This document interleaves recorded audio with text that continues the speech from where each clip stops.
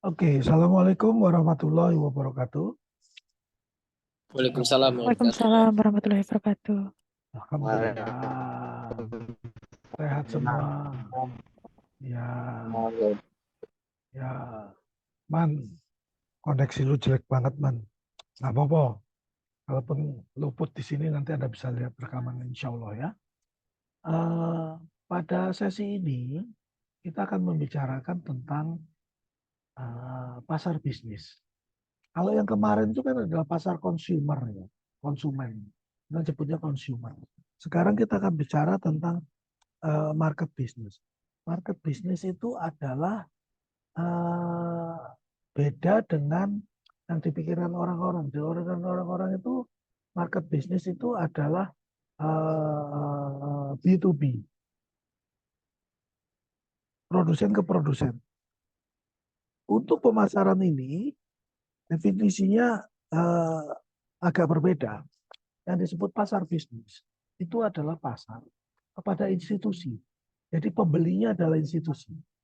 Institusi tersebut bisa sebagai produsen. Jadi Anda jual ke mereka barangnya itu adalah barang baku, barang mentah, atau barang sudah jadi kemudian dia olah lagi untuk dijual, atau institusi tadi menggunakan barang Anda ya langsung digunakan. Ya. Umpamanya Anda jualan ATK, Anda jualan pesawat. Nah, itu yang beli institusi. Ya. Sangat jarang kayak pesawat tuh yang beli pribadi sangat jarang. Meskipun ada, tapi sangat jarang. Oke. Nah, kita mulai dengan ini yang disebut sebagai market business. Ya. Yang membeli adalah organisasi. Jadi bedanya dengan konsumer adalah kalau organisasi dia butuh banyak orang, banyak pihak untuk memilih, menetapkan dan melakukan pembelian. Nanti kita lihat siapa saja yang menjalankan fungsi di dalam pembelian organisasi tadinya. Kita lihat mulai dari ditetapkan dulu. Kita sebenarnya butuhnya apa? Jadi speknya dulu. Ada itu yang ngurusin speknya. Ya. Kemudian mereka memberikan persetujuan anggaran. Ada speknya, ada anggaran, kemudian ada yang bagian nyari, ada yang bagian evaluasi, ada yang milih, kemudian yang terakhir ada yang beli, memutuskan pembelian. Jangan lupa, masih ada lagi siapa yang memakai produk tersebut di dalam organisasi tadi. Dan yang terakhir paling penting untuk Anda para penjual, yang bayar. Orang suka lupa, karena ternyata yang bayar itu kelihatannya ada jauh di dalam, tapi kalau nggak dideketin, barang udah dikirim nggak dibayar, waduh, Anda bisa tidur berbantalkan tagihan gitu. Itu masalah. Nah, ini menjadi penting sebelum saya lebih jauh bahwa Anda sudah mulai harus berpikir kalau menjual pada organisasi, setelah perjuangan segala macam, Anda mesti ingat satu, kira-kira organisasi tersebut akan bayar nggak? Satu. Kalau iya dia bayar, berapa lama dia akan bayar? Kita harus lihat track record. Kenapa? Umpamanya sekarang proyek-proyek BUMN. Wah, kita ikut tender. Oke, udah menang, udah kita kerjain. Mereka bilangnya pembayaran SCF, supply chain funding, artinya yang bayar bank. Oke. Atau pakai SKPDN, ya, kayak istilahnya itu kayak LC lokal, letter of credit lokal. Bilangnya berapa? 30 hari, 60 hari. Nah, begitu masuk ke BUMN, sering terjadi, nggak selalu ya, itu ngomong 2 bulan, itu bisa berakhir dibayarnya 6 bulan. Kira-kira masalahnya apa untuk Anda kalau molor dari 2 bulan jadi 6 bulan? Ada yang punya gambaran nggak? Kalau molor begitu apa Cash flow-nya Pak dampaknya? terganggu. Itu cash flow. Kemudian ada yang lebih penting, ya cash flow penting. Ada lagi yang orang suka lupa selain cash flow. Biaya modal. Ya, kebanyakan di perdagangan kita, di bisnis kita, modal itu tidak dimodalin sendiri. Modal itu pakai pinjaman bank atau investor. Nah, setiap bulan itu kan ada biaya bunganya. Kita nyebutnya sebagai biaya modal. Nah, kalau dia mundur dari 2 bulan jadi 6 bulan, berarti ada 4 bulan yang biaya modal, biaya capital itu tadi harus dibayar. Yang terjadi adalah biaya tadi dibayarkan dari apa? Dari keuntungan. Ini menjadi penting. Anda pikir untung, begitu mundur, sampai bulan tertentu Anda buntung. Nah ini menjadi penting, terutama nanti pada waktu Anda melakukan penjualan. Ingat ya, yang memilih barang, pembeli, jasa, yang milih itu bukan pembeli saja. Anda penjual juga harus pilih. Jangan asal jual aja, hati-hati. Begitu asal jual, mogoknya lebih dari beberapa bulan, Anda buntung sudah itu. Marginnya tergerus terus menerus. Bahkan secara cash flow, perusahaan Anda nanti nilainya besar, kekayaannya besar, asetnya besar, tapi duit cashnya nggak ada. Kenapa? Yang besar adanya di tagihan. Ini masalah. Begitu tagihan apa yang menjadi masalah? Lalu nanti Anda harus bayar karyawan. Anda harus bayar tukang. Anda harus bayar tenaga kerja. Anda harus bayar listrik. Anda harus bayar ini tadi nggak bisa diutang. Sementara duit Anda adanya dalam bentuk utang. Nah, ini seringkali menjadi semakin runyam. Kenapa? Aduh, nggak ada duitnya. Pinjam duit dulu. Pinjam duit yang jangka pendek. Itu biasanya bunganya gila-gilaan. Ya. Yang beredar di pasaran itu bisa sampai 3% per bulan untuk pinjaman jangka pendek. Nah, ini kan berbahaya. Artinya semakin tergerus. Jadi ingat ya, jualan Anda mempersiapkan segalanya, jangan lupa Anda juga harus pilih siapa konsumen Anda. Pelajari track record dia. Jangan sampai angka penjualan Anda tinggi, pembayarannya, utangnya tinggi juga. Artinya account receivable, piutang Anda itu gede. Lebih repot lagi setelah berapa tahun nggak bisa ditagih, piutang tersebut harus dihapuskan dari buku. Jadinya tahu-tahu yang kinerja keuangan Anda bagus atau amblek, anjlok gara-gara harus memutihkan atau membuang giat tersebut. Oke, ini adalah ciri dari pasar konsumer, pasar organisasi, bukan konsumer ya, organisasi. Di balik pasar konsumen, pembelinya lebih sedikit. Kenapa? Organisasinya itu pasti lebih sedikit dibanding orang biasa. Ya. Kalau beli lebih besar. Ya contoh tadi kayak ATK. Kalau orang biasa beli ATK ya paling mentok selusin lah buku, um, um, pulpen, penghapus, dan sebagainya. Tapi kalau Anda ngomong ke organisasi, dia kalau beli ya 1.000, 5.000, ya contoh. Kalau beli pembelian Pemda DKI, ya coba Anda lihat salah satu yang menarik kemarin itu adalah beli lem IKI bond. Jumlahnya berapa? 800 juta. Ya, artinya apa? Volumenya besar. Saya nggak tahu harganya ya, tapi volumenya besar. Oke. Kemudian karena angkanya besar, angka pembeliannya besar, dan yang jualan dan yang pembelinya sedikit, maka biasanya antara pembeli dan penjual itu mereka punya hubungan cukup erat. Nggak asal-asalan itu. Kalau mereka salah dalam memilih pemasok, kalau Anda salah dalam memilih pembeli, resikonya besar.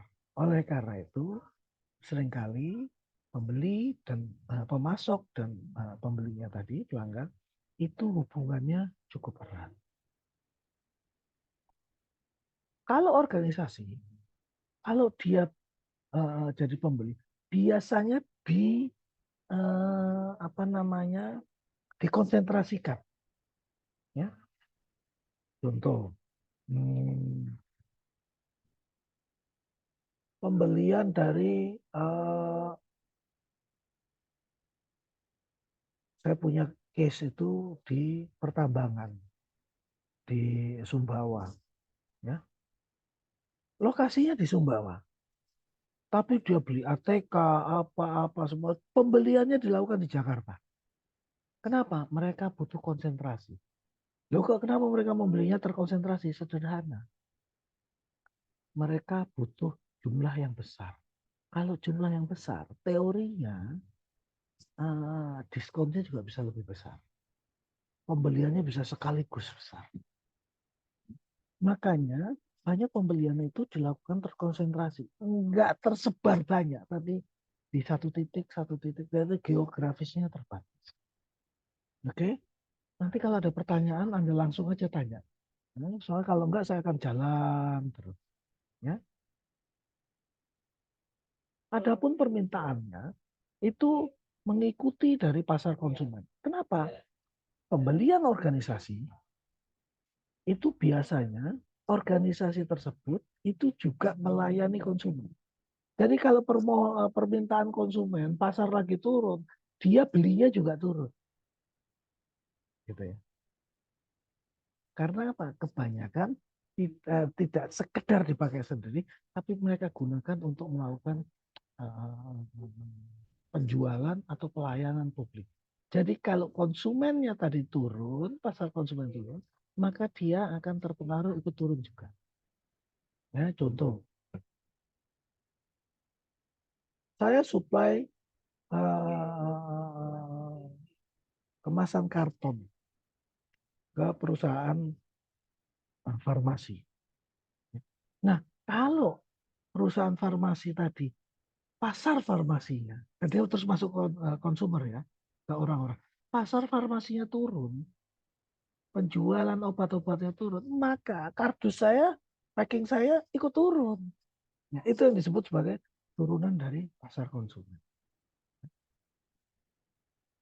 Permintaan tidak elastik dengan harga. Artinya begini,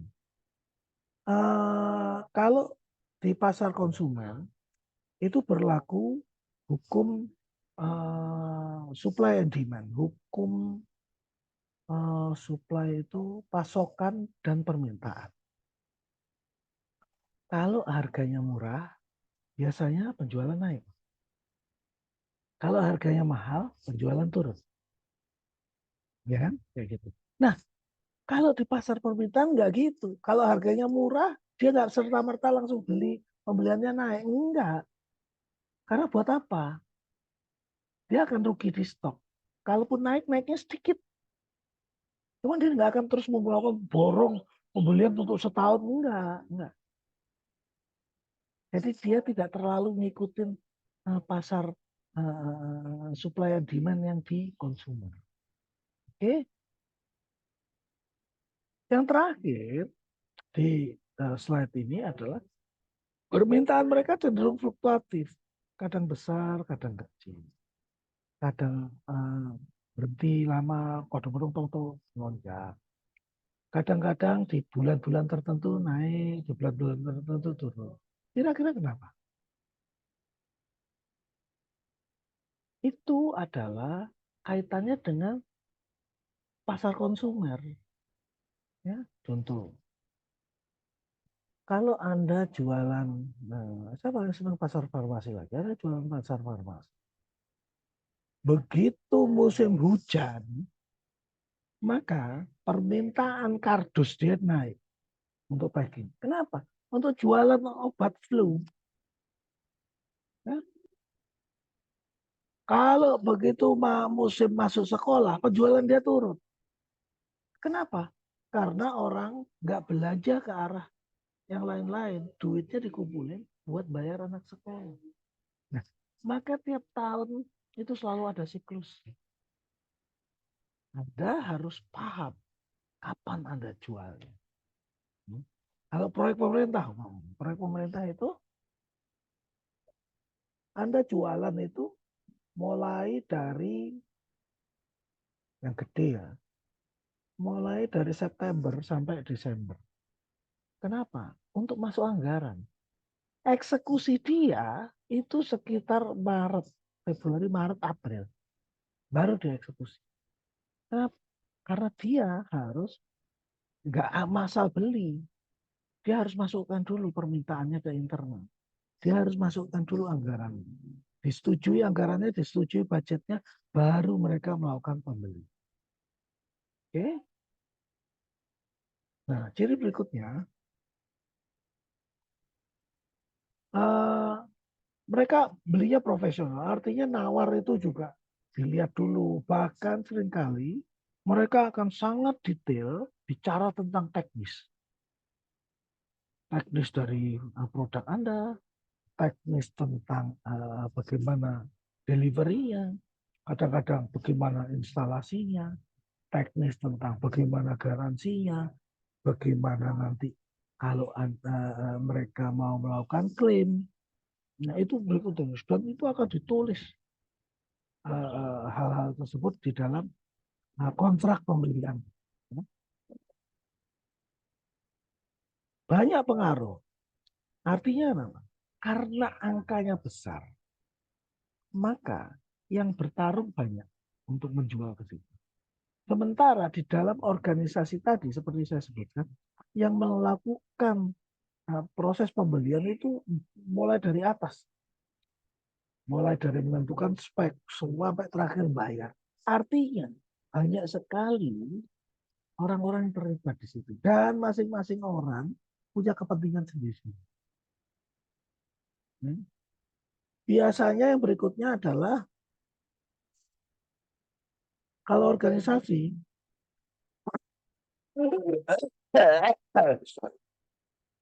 mereka belinya langsung ke produsen pabrikan. Nggak beli ke grosir, enggak. Karena apa? Jumlahnya besar. Dan supaya dapetin diskon besar. Dia lebih baik ngomongnya langsung ke pabrikan. Ya. Kemudian ada lagi, ada perdagangan imbal balik. Produsen. Itu biasanya kalau industri ke industri. Artinya begini. Si A jualan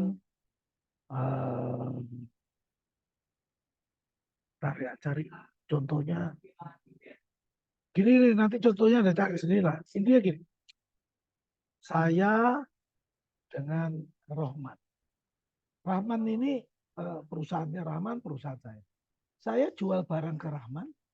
Lah, Rahman itu punya produk yang kemudian saya beli.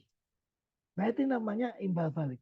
Saya jual ke Rahman, tapi juga saya ada pembelian ke Rahman. Itu namanya ada perdagangan imbal balik. Ini menjadi menarik nanti. Begitu perdagangan imbal balik, bayarnya gimana? Apakah kita offset? Offset itu artinya saya jual ke Rahman, dikurangi saya beli dari Rahman, siapa yang terakhir harus bayar? Saya kah? Karena pembelian saya lebih besar, atau Rahman kah? Karena Rahman pembeliannya lebih besar. Itu namanya offset. Baku potong.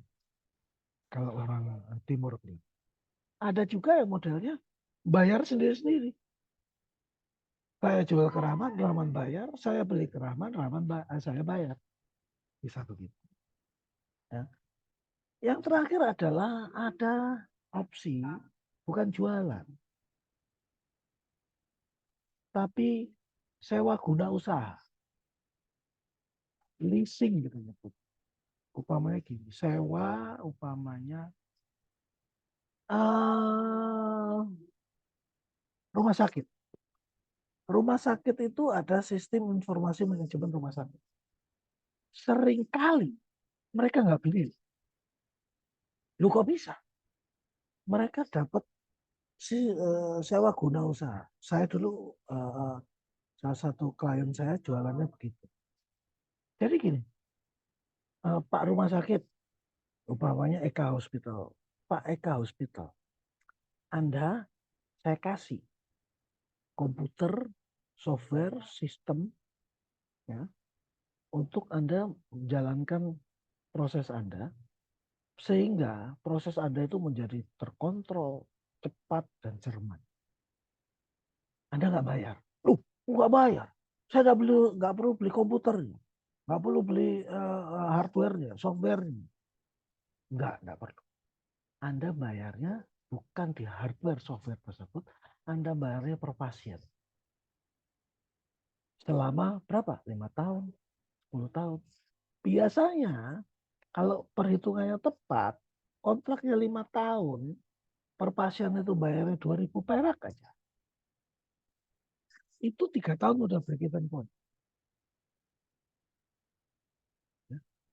Jadi untuk si organisasi tadi, dalam hal ini Eka Hospital, enak dia nggak keluar duit di depan. Dia cuma tinggal nambahin harga 2.000 perak. Kadang-kadang margin dia udah cukup besar. Sehingga 20.000 perak nggak dinaikin ke konsumennya dia, tapi cukup diambil dari biaya jasa. Oke. Dan ini adanya hanya di pasar organisasi, pasar bisnis. Ya, berikutnya. Ini adalah jenis-jenis pembelian new task atau tugas baru. Ini baru pertama kali. Dia baru pertama kali beli barang jasa. Maka yang perlu dikembangkan, dicermati adalah bagaimana meningkatkan kesadaran dia, bagaimana membangkitkan minat dia, bagaimana mendampingi dia untuk melakukan evaluasi. Bahkan kalau perlu dikasih kesempatan untuk uji coba. Kemudian baru dikasih kesempatan juga untuk pemakaian. Kalau dia sudah serak, nah maka dia akan melakukan pembelian dengan lebih yakin. Okay? Ada juga yang direct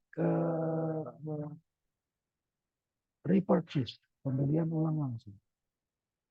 Dia nggak belinya rutin, jumlahnya besar. Maka pemasok atau vendor biasanya ada di daftar rekanan tetap atau daftar vendor terpilih. Vendor list kadang-kadang nyebut. Nah, maka departemen-departemen terkait itu tinggal beli aja. Pesan aja. Pesan. Apa yang dipesan? Barang-barang yang sudah ada di dalam vendor list. Pesannya di mana? Pada vendor-vendor yang ada di vendor list. Harganya yang mengikuti kontrak yang ditetapkan pada waktu penentuan vendor list itu. Ya. Kemudian modified repurchase. Setelah sudah biasa beli, mereka biasanya yang paling sering ya pembelian berikutnya paling sering mereka nego lagi harganya. Ayolah, kan kita udah beli banyak, kasih tambah diskon lah. Nah, itu nanti akan menjadi tantangan Anda. Ada juga yang bilang, aku mau beli lagi ya, tapi ini tolong dimodif ya. Kalau kemarin aku beli kardus 20 gram, sekarang kardusnya tolong agak tebal. Karena ternyata banyak yang penyok. Jadi tolong bikin 30 gram. Nah, itu berarti ada perubahan spesifikasi. Ada juga syarat-syarat lain, upamanya ngirimnya packing yang benar. Aku sekarang mintanya packingnya bukan packing karton, tapi packing plastik dulu, baru karton. Jadi kalau jebol atau kena air, yang jebol cuma luarnya aja, dalamnya masih tetap. Ya, ngirimnya, aku maunya pakai pesawat, aku maunya pakai truk, aku maunya pakai cooler box. Itu ada kontainer yang ada pendinginnya. Ya, itu namanya kita nyebutnya cooler box atau syarat-syarat lain. Intinya adalah apa? Harus dilakukan renegosiasi lagi antara pembeli dan penjual. Karena ada perubahan syarat maupun barang yang akan dikirimkan. Oke. Nah, yang menarik seringkali karena pembelian itu seringkali berkaitan satu sama lain, kemudian itu jumlahnya banyak dan sifatnya perintilan, kecil. Mereka seringkali ngomongnya, udahlah aku beli sistem aja lah ke kamu. One stop solutions. Kamu yang koordinir barang kecil-kecil tadi untuk dijadikan satu di dalam satu kesatuan services ke saya. Nah, ini menarik. Kemudian dia jualnya paket. Karena banyak dan tidak semua diproduksi oleh si vendor tadi, maka vendor tadi bertindaknya seperti kontraktor utama, main kontraktor. Nanti pemasok-pemasok yang lain itu masuknya ke kontraktor tadi, bukan ke konsumen organisasi tadi. Ya contoh, saya contohnya ya.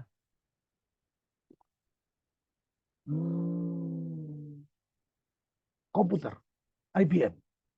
IBM jual mainframe. Apakah semua dibikin oleh IBM? Enggak. Ya. RA itu bukan IBM yang bikin. Nah, kalau di server room yang dimaksud RA itu ada server, itu nggak bisa digeletakin gitu ya kalau karena servernya banyak, maka harus dibuatin RA. Nah, RA itu IBM nggak bikin. Memori modul IBM nggak bikin. Kabel-kabel IBM nggak bikin. Kemudian apalagi nyambungin kabel IBM nggak ngerjakan. Training IBM tidak melakukan. Jadi apa? Belinya satu sistem organisasi. Saya mau server system pakai gini. Nanti IBM itu nanti akan subkon. Aku beli raknya di mana? Nah, kamu pasangnya raknya ya. Speknya kayak gini. Aku beli power supply-nya di mana? Kamu pasang. Memory system, kamu pasang ya. Cablingnya. Nah ini ya. Barangnya kayak gini, nanti masangnya gini. Installation. Bahkan sampai ke trainingnya. Nah, itu yang biasanya dilakukan di one stop solution. Kalau ada apa-apa, pembeli, dia nggak akan hubungin tukang kabelnya. Enggak, dia akan teriak ke IBM-nya. Woi, kabelnya jebol ho. Gimana kamu? IBM nanti akan nangani. Untuk IBM keuntungannya apa? Kan ruwet gitu. Dia harus ngordinir banyak.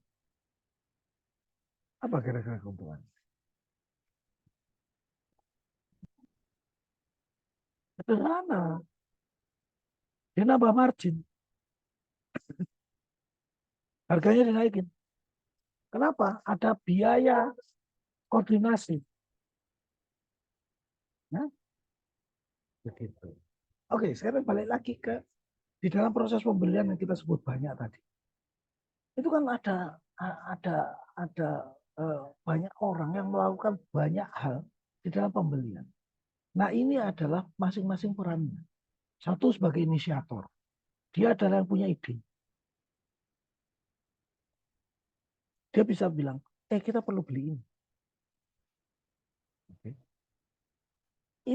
Inisiator itu bisa sebagai user pemakai, bisa juga dia cuma bilang, kayaknya sebagian itu dia butuh beli komputer. Nanti yang pakai itu bukan dia, tapi bagian. Kenapa? Dari audit kita, yang paling runyam di bagian inventory tersebut. Bagian inventory itu kalau ngitung kacau. Dia bilang ada, begitu dilihat barangnya nggak ada. Kita bilang nggak, dia bilang nggak ada, ternyata di utak-atik itu kita datang sana ternyata ada. Jadi mereka butuh satu sistem inventory. Itu pakai komputer. Jadi mereka harus beli komputer.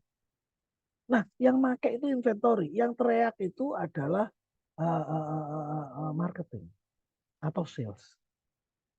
Yang bagian jualnya tadi. Ya, jadi kadang sama, kadang beda. Kemudian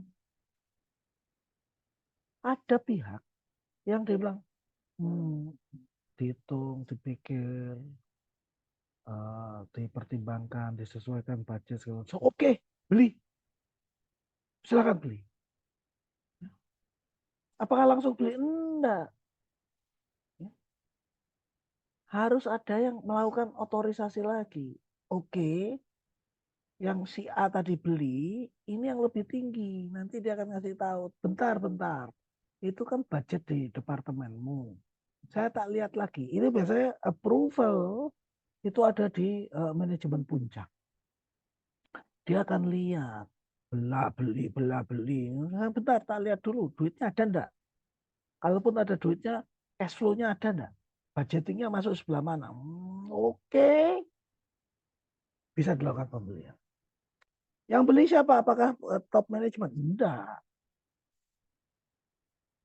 Biasanya ada bagian purchasing. Nah, dia yang melakukan pembelian. Oke. Dia melakukan pembelian. Dia nanti biasanya juga di bagian purchasing. Itu nanti bisa di bagian dia, bisa ada tambah lagi satu. Mereka yang akan terima barangnya. Nanti ada acceptance, berita acara serah terima, berita acara pemasangan, berita acara berjalannya fungsi dan sebagainya. Ya. Yang terakhir kadang-kadang orang suka lupa adalah jaga pintu, gatekeepers. Orang-orang ini yang tahu inisiatornya siapa, usernya siapa, decidernya siapa, approval buyernya siapa. Nah kadang-kadang orang-orang tersebut bisa sekretaris, bisa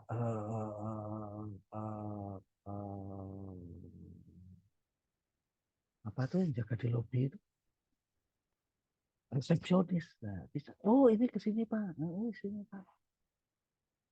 Bisa dari divisi lain. Kalau kamu mau beli, yang kamu mesti deketin itu siapa? Usernya itu adalah si ini. Ya. Nah nanti yang bila saya bilang iya, masukkan itu ke daftar yang akan dibeli. Itu ini decider.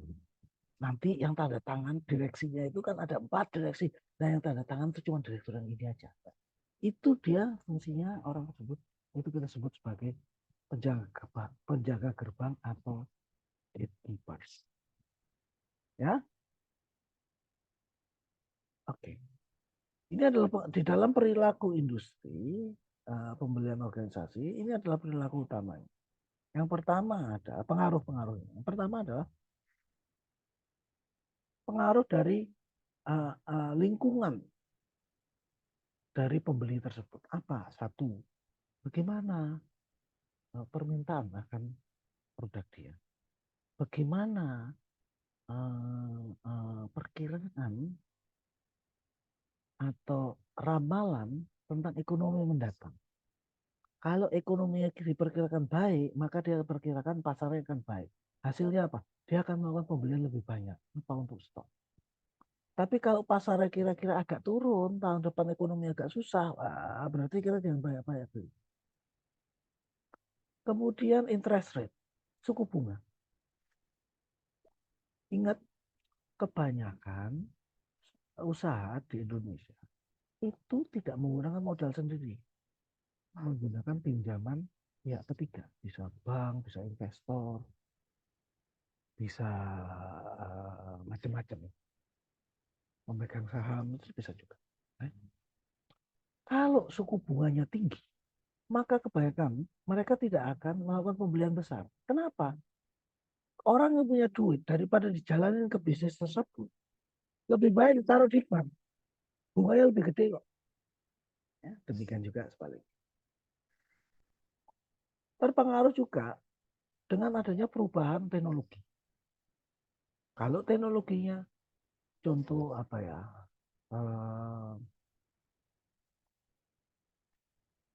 contoh gini, Anda punya sistem zaman dulu absen itu pakai amano, ceklok, ceklek, pakai kartu dimasuk, ceklek, ada jamnya. Perubahan teknologi terus kemudian bilang, enggak, Anda cukup pakai finger scan.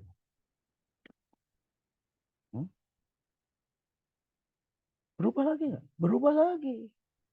Lu kok bisa? Masih ingat pada waktu kita pandemi kemarin? WFH. Anda mau absen finger scan sebelah mana? Nah, akhirnya berubah lagi. Gimana cara absennya? Bisa lewat login. Dan seterusnya dan seterusnya. Jadi teknologi itu salah satu yang sangat dipertimbangkan di dalam para pelaku industri menjalankan kegiatannya. Tentu saja ada politik dan regulasi. Kalau politiknya gonjang-ganjing ya tentu saja mereka akan menahan diri untuk melakukan ekspansi. Lebih banyak mereka akan melakukan jaga-jaga. Ya. Duitnya dihemat. Persaingan. Persaingan kayak gimana? Kalau persaingannya ketat, maka perilakunya akan berbeda dengan persaingannya longgar. Kalau persaingannya ketat, yang mereka lakukan adalah mereka akan lebih sangat berhati-hati di dalam melakukan pembelian. Tapi kalau persaingannya longgar, wah agak seenaknya. Contoh-contoh. Anda ingat pada waktu Pertalite naik harganya. Ya. Kalau zaman dulu BBM naik, orang ya cuma gerutu aja, tapi tetap ke Pertamina, tak? Karena yang jual cuma Pertamina. Tapi apa yang terjadi pada waktu Pertalite naik? Vivo jual lebih murah. Wah, Pertamina yang kalang kabut. Orang pada ke Vivo. Dengan spek sama, harganya lebih murah. Nah, itu artinya persaingan tadi membuat Pertamina menjadi harus memperbaiki diri. Cuman masalahnya Pertamina kemudian menggunakan kekuatan regulator. Vivo-nya yang dilarang jual. Padahal itu nggak benar. Harusnya Pertamina yang menyesuaikan harganya. Sederhana kok. Vivo bisa jual segitu, masih untung. Kenapa Pertamina nggak bisa jual segitu? Berarti untungnya Pertamina lebih besar. Atau biaya Pertamina, overhead-nya lebih tinggi. Maka kalau dia mau kompetitif, ya overhead-nya diberesin dong. Apa? Salah satunya gajinya jangan kegedean, nyolongnya jangan banyak-banyak. Artinya kebocoran ditanggulangi dan sebagainya. Berikutnya adalah customer social responsibility. Begitu ada perintah-perintah untuk melakukan pengetatan atas tanggung jawab perusahaan tadi, maka permintaan bisa berubah. Contoh-contoh apa CSR? CSR itu bukan berarti ngasih duit gitu aja. Enggak. Yang dimaksud adalah tanggung jawab si perusahaan terhadap sosialnya. Apa contohnya? Uh, lingkungan, limbah.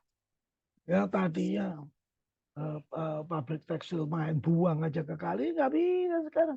Kamu harus bertanggung jawab terhadap lingkungan. Apa? Beresin. Anda harus bikin apa itu water treatment, pengolahan air Anda sehingga air Anda nanti yang dibuang itu sudah memenuhi mutu baku, tidak mencemari. Nah, itu adalah tanggung jawab perusahaan di sisi sosial. Yang menikmati siapa? Lingkungan. Ya, bukan itu berarti bukan CSR itu ngasih duit, bangun jalan, bangun sekolah, belum tentu. CSR itu beda. CSR itu ada di ISO 26000 yang ngatur situ ada 7 titik di mana konsumen itu produsen itu harus bertanggung jawab dalam bidang sosial. Oke. Berikutnya adalah apa yang terjadi di organisasi. Kita mesti lihat tujuan organisasi tadi apakah berubah, kebijakannya bisa berubah, bisa tetap, ya, karena lingkungan yang tadi. Prosedurnya gimana? Ada yang kemudian prosedurnya kita rubah karena apa? Terlalu panjang, seperti itu. Ada juga yang prosedurnya kita rubah. Kenapa? Bocornya banyak. Nah, begitu perubahan prosedur, maka peran-peran orang yang tadi di slide sebelumnya itu bisa berubah. Siapa yang nanti jadi decidersnya? Itu bisa berubah. Struktur organisasi itu juga bisa berubah. Nah, itu nanti mempengaruhi juga. Yang tadinya inisiator sama buyer itu beda, bisa jadi struktur organisasi itu nanti membuat orangnya sama atau divisinya sama. Dan bagaimana sistem yang berlaku di perusahaan tersebut. Contoh, kaitan dengan teknologi. Sekarang pembeliannya nggak masukin dokumen lagi, tapi kita menggunakan tender elektronik. Maka prosesnya akan berubah juga. Berikutnya adalah antar pribadi. Nah, apa yang dimaksud antar pribadi? Ingat ya, di yang sebelumnya, ingat. Sebentar, ingat. Ini sekian banyak inisiator, user, decider, approval, buyer, si agen keyword, si ini orang semua ini. Bahkan yang disebut user itu seringkali bukan cuma satu. User itu satu divisi. Nah itu siapa aja? Orang semua. Decider bisa orang, buyers bisa orang, inisiator bisa orang. Bisa sekumpulan orang. Ini perlu diperhatikan. Masing-masing orang itu minatnya apa? Dia punya wewenang seperti apa? Jangan kita udah baik banget sama orang, ternyata wewenangnya nggak cukup untuk meloloskan proyek kita. Statusnya bagaimana? Bagaimana cara kita berempati, dia berempati pada orang-orang lain. Bagaimana daya bujuk dia. Orang ini bisa jadi pangkatnya nggak besar, nggak tinggi, tapi dia diikuti oleh banyak orang. Bahkan bos-bosnya itu, apa kata Iwan aja deh. Iwan itu cuma drafter tukang ngitung produk. Tapi karena dia dekat dengan direktur ya direktur bilang, pusing gua, Iwan aja yang mutusin. Nah, kayak gitu. Maka Iwan ini tadi pangkatnya tidak sesuai dengan kekuatan daya bujuk. Anda mesti peka terhadap yang seperti itu. Setelah antar pribadi tentu saja balik ke pribadinya, ya umurnya berapa, pendekatan kita kan menjadi berbeda antara umur itu tadi. Pendapatan dan siapa? Ada beberapa orang bisa tanda petik diselesaikan dengan uang. Tapi kalau pendapatannya besar, kadang-kadang bukan uang, bisa itu dikasih yang lainnya. Ya. Pendidikannya apa? Kenapa pada waktu kita ngomong hal yang sifatnya wawasan dan teknikal, akan lebih mudah dengan yang pendidikannya cukup. Nah, jabatannya apa? Orang yang enak apa enggak, kepribadiannya ya. Kemudian orang-orang tersebut, apakah dia cenderung ngambil risiko atau menghindari risiko? Itu kita sebut sebagai selera risiko. Risk appetite. Kemudian budayanya gimana? Ada yang harus diajak ngomong baik-baik. Ya, terutama orang Jogja, Solo. Ada yang kita mesti straight to the point. Namanya orang Utara, Surabaya, orang Bekasi. Itu ngomongnya nggak boleh terlalu bulat-bulat, itu harus straight to the point. Disesuaikan dengan budayanya. Ya, yang terakhir dalam pembelian bisnis, nanti posisinya adalah dia beli atau nggak beli. Oh kalau beli, wah biasanya oke lah jalan semua. Tapi kalau nggak beli, apakah berhenti? Enggak. Anda harus balik lagi, ditinjau lagi. Kenapa dia? Siapa tahu produk Anda atau proses Anda atau pendekatan Anda itu bisa dilakukan modifikasi. Oke? Berikutnya, ini adalah menurut Robinson. Ini bukan Robinson anu ya, yang jualan baju ya, enggak ada. Ini Robinson apa namanya lupa saya. Itu ada di materi yang saya kirimkan. Robinson itu bilang fase pembelian itu di organisasional. Yang pertama adalah mereka mesti lihat dulu ada masalah. Ada masalah ya. Jualan kita turun. Kenapa turun? Nah, mulai dicari. Sampai mereka, oh iya masalah kita adalah ini. Setelah lihat masalah, maka mereka bilang, oh iya masalah kita adalah ini. Maka, contoh. Ini adalah menariknya. Ini biasanya di mata kuliah manajemen risiko. Gini, ada pabrik produksinya turun. Lama pendapatannya turun, terus ditanya kenapa produksinya turun. Begitu produksi turun, ditanya lagi kenapa produksi turun. Ada mesin A yang sering macet. Kenapa sering macet? Ternyata ada dinamo yang sering telat diminyakin. Kenapa telat diminyakin? Orangnya itu gonta-ganti. Kenapa gonta-ganti? Karena dia harus mengerjakan beberapa pekerjaan sekaligus. Kenapa dia mengerjakan itu sekaligus?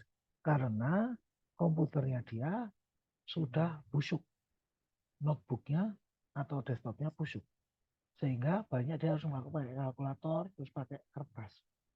Nah, di titik tersebut, masalahnya tadi adalah penjualan turun, dicari, kebutuhannya apa? Yang dia butuhin adalah beli notebook atau komputer baru atau sistem teknologi informasi untuk membantu orang itu tadi. Nah dari situ mulailah mereka uh, uh, lihat spesifikasi produknya seperti apa. Apa yang begitu? Setelah dapat speknya, mulai mereka cari suppliernya siapa. Ada beberapa supplier, mulai mereka kirim RFP, request for proposal. Kamu punya solusinya apa sih? Atau RFQ, request for quotations. Yang RFP itu permintaan proposal, RFQ itu permintaan penawaran. Sudah masuk melakukan pemilihan. Sudah, terus kemudian setelah dipilih, spek syaratnya pembeliannya kayak gimana. Setelah pembelian selesai, enggak. Mereka harus kembali lagi untuk menilai bagaimana sih produk, bagaimana sih supplier ya tadi. Produk bagus. Kalau suppliernya itu telat, ditelepon nggak ada, wah ya itu bisa masuk ke penilaian kinerja. Oke, nah ini ada kalau tadi organisasional, cara umum. Nah sekarang yang sifatnya institusi, ya, seperti sekolah, rumah sakit, panti jompo, apalagi, ya eh, sifatnya apa? Dia menyediakan barang atau jasa untuk konsumen terbatas mereka. Apa? Contoh kayak sekolah. Siapa? Murid-murid. Contoh kayak rumah sakit. Siapa? Pasien. Ya, rumah jompo. Institusi lain dan pasti cari apa. Nah, mereka biasanya punya sponsor yang tujuannya beda-beda. Nah, anggaran mereka itu biasanya rendah. Pelanggan mereka yang relatif sudah pasti. Sekolah itu anggarannya rendah. Cuman konsumennya pasti berapa murid kan. Demikian juga dengan rumah sakit. Ya. Karena ini karakternya khusus, biasanya banyak pemasar itu melakukan pembedaan pada divisi penjualan. Khusus untuk sekolah perlakuannya begini. Rumah sakit perlakuannya begini. Rumah jompo kurang lebih. Oke. Nah, yang terakhir adalah pasar pemerintah. Pasar pemerintah itu mulai dari pemerintah pusat sampai pemerintah daerah. Yang boleh melakukan pembelian itu siapa sih? Terakhir itu ada di pemerintah kota, ya, atau kabupaten. Camat nggak boleh pembelian. Lurah nggak boleh. Tapi kalau di kabupaten, desa boleh melakukan pembelian. Begitu ada ngomong desa, berarti itu kabupaten. Nah ini kan, kita nanti bisa lihat orang-orang peran-peran yang dalam proses pembelian itu kita bisa petakan kalau di pasar-pasar pemerintahnya tadi. Secara umum mereka membeli dalam dua cara. Yang pertama adalah lewat tender. Diumumkan dulu speknya kayak gini, harga plafonnya pagunya segini, terus diundang apa namanya calon-calon pemasoknya atau yang ada di daftar rekanan tetap, mereka mesti masukkan dokumen tender, dokumen penawaran. Setelah itu mereka melakukan penilaian apa segala macam. Ya. Ingat ya, seringkali orang berpikir cuma harga saja. Yang harganya paling murah menang. Enggak. Kadang-kadang harga itu ditaruh di belakangan. Yang diuji pertama, yang dinilai pertama adalah spek teknisnya. Sesuai nggak dengan yang diminta. Kalau sudah sesuai, semua sesuai, baru harganya dibuka. Ya. Itu tender. Biasanya lama. Tender itu rata-rata 2 sampai 3 bulan. Dari dimulai tender sampai barang datang. Ya, bahkan kadang-kadang bisa lebih. Yang kedua adalah penunjukan langsung. PL kita nyebut. Penunjukan langsung itu kalau di pasar pemerintah ada syaratnya. Satu, kebutuhannya mendadak. Dua, kebutuhannya itu khusus. Ya. Loh kok bisa khusus? Ya karena yang jual cuma orang itu. Ya. Yang punya teknologinya hanya orang itu. Oke. Yang ada di dekat kita hanya cuma orang itu. Kita butuhnya cepat. Ya. Yang ketiga adalah biasanya penunjukan khusus itu di bawah 200 juta. Lebih dari itu, mereka biasanya harus melakukan proses tender. Oke? Karena pasar pemerintah, kecenderungannya adalah mereka lebih senang produsen atau produk-produk domestik Republik Indonesia dibandingkan dari supplier atau produk asing. Makanya mereka kemudian menetapkan yang namanya TKDN, tingkat komponen dalam negeri. Dia bilang, kamu kalau mau supply ke saya, maka produk jasamu TKDN-nya minimum 40%. Dihitung itu. Dihitung yang lokal berapa, yang impor berapa. Terus kemudian bobotnya berapa. Kalau itu ternyata TKDN-nya kurang dari 40%, nggak boleh masuk. Kebanyakan impor dong. Kalau TKDN-nya semakin tinggi, itu penilaian di dalam tendernya poinnya semakin tinggi. Ya. Karena ruwet, maka biasanya pemerintah akan ngasih gini loh prosedurnya untuk pengadaan. Ya. Baik itu tender maupun penunjukan langsung. Nah itu biasanya diatur pakai Kepres. Saya lupa Kepres nomor berapa. Itu tentang pengadaan barang dan jasa pemerintah. Ya. Yang menarik adalah lebih banyak kriteria non-ekonomi yang mempengaruhi pembelian pemerintah ini. Lu kok bisa? Yang paling sering terjadi adalah karena pertimbangan politik. Itu yang membuat seringkali terjadi pembelian. Ya, contohnya apa itu? Dari sekian peserta tender, ternyata diketahui, ini adalah saudaranya Anu. Oh, ini adalah tim suksesnya si Anu. Oh, ini untuk bayar kampanye si Anu. Nah, maka harganya menjadi tidak terlalu efisien. Kenapa? Karena ada kriteria non-ekonomi tersebut. Oke. Ini adalah pertanyaan yang sebaiknya Anda mulai coba cari. Karena bisa jadi ini adalah salah satunya akan saya ambil sebagai pertanyaan di UTS. Oke. Oh, satu lagi nih, ingat ya, ini menarik nih. Mana yang lebih baik, konsumen langsung atau bisnis? Untung mana, ke institusi atau ke pemerintahan? Jawabannya ini tidak ada yang benar. Mutlak, nggak ada. Oh, konsumen, nggak ada.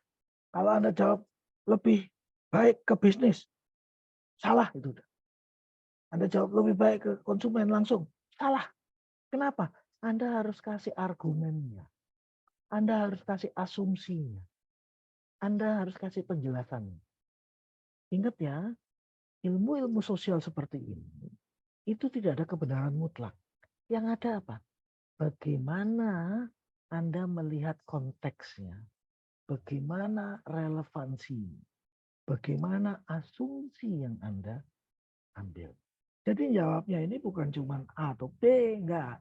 Tapi kenapa ke bisnis? Dengan asumsi ini, maka ini. Demikian juga ke institusi atau pemerintah. Ya.